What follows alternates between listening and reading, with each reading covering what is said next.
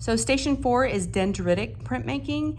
So if you are familiar with the term dendrites from science, maybe biology, when they're talking about the nerve endings, how they kind of branch out and everything, that's where this term comes from. So we're working on glass, so do be careful with that. So you're gonna take a Q-tip, load it up with some paint, and then just kind of put a blob down there. It doesn't need to be, again, a lot, because we're gonna squash it between these two pieces of glass, and you'll be surprised at how far one little spot of paint will go.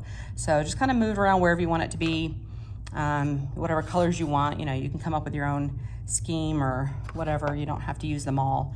I just wanted to see what they would do, so I'm gonna use several of them. All right, so when you've got your paint on the glass how you like, you're gonna grab the other sheet carefully. You're gonna lower it down.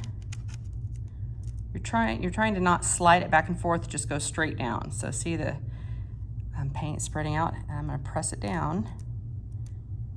Not terribly hard, but just firmly.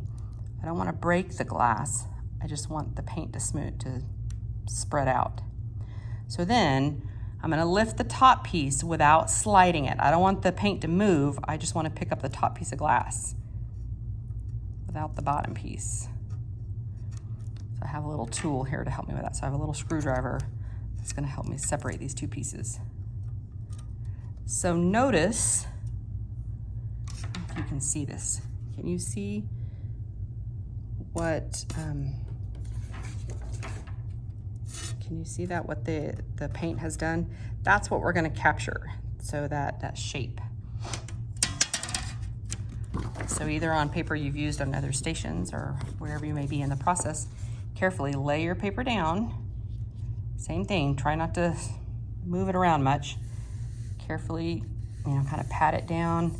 Just rub your fingers back across so that the top of the paper touches the top of the paint, and then lift it up. And you should capture some kind of neat prints. So you can do the same thing on the other sheet of glass. You can move your paper over and do it again. Overlap them, you know, kind of however you want. Just test it out.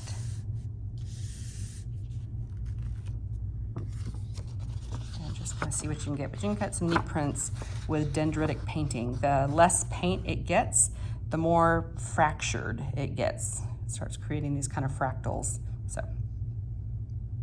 to clean off the glass when you're done, either a sheet of magazine paper or something like that, sponge, paper towel, something like that will clear it off pretty easy. If you just keep going with a sheet of paper, it'll lift off the paint really well too.